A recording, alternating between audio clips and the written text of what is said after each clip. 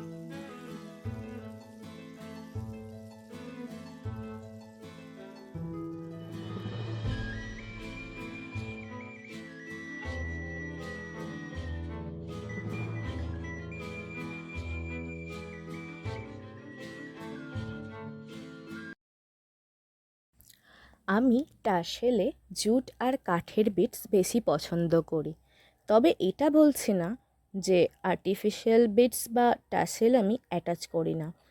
তোমরা কী ধরনের টাসেল আর বিটস পছন্দ করো তা আমাকে জানিও কিন্তু কমেন্টে। এবার আমি জুটের 3টে লং স্ট্যান্ড নিয়ে নিয়েছি। এবার ওতে উডেন বিটস লাগিয়ে নেব আর কিছু কিছু ডেকোরেশন করে নেব বিটস আর জুট দিয়ে। তোমরা চাইলে তোমাদের পছন্দ মতো টাসেল ডিজাইন করতে পারো। আচ্ছা, জুয়েলারি বানাতে বানাতে একটু অন্য গল্প হয়ে যাক। জানো তো, আমি না কোথাও বেশি দিন ঘুরতে যেতে পারি না, অথবা বলতে পারো আমি বাইরে কোথাও গেলেই বাড়ির দিকেই মন পড়ে থাকে। তোমাদেরও কি এমন হয়? আমাকে কমেন্টে জানিও। আমার এর জন্য কোথাও ঘুরতে যাওয়াই হয় না, হাতে গোনা কয়েকটা জায়গা ছাড়া, তাও সেটা কাজের সূত্রে।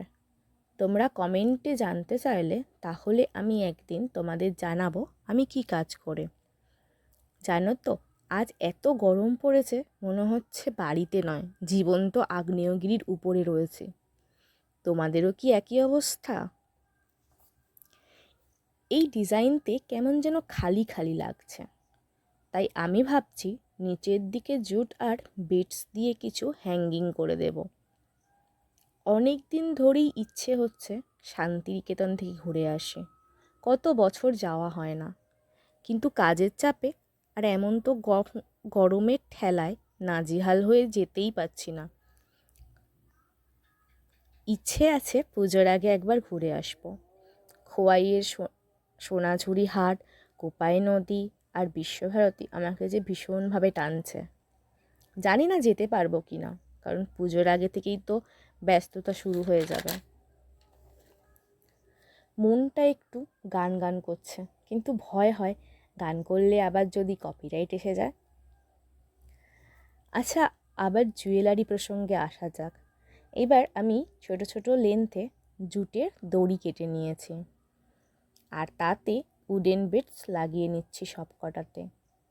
এবার এগুলো আঠা দিয়ে নেকলেসের পিছনে আগে লাগিয়ে তারপর তার উপর সিনথেটিক ক্লে লাগিয়ে নিয়েছি। আর একটা সূচালো টুলস দিয়ে তাতে একটু করে গর্ত গর্ত করে নিয়েছি সিকিওর করার জন্য।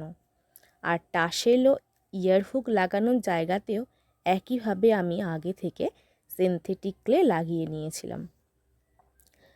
রেডি আমাদের অপরাজিতা নেকলেস ও ইয়াররিং। আরে আরে, এমনিই চলে যাচ্ছে। ভালো লাগলে এবং এই রকম আরও ভিডিও পেতে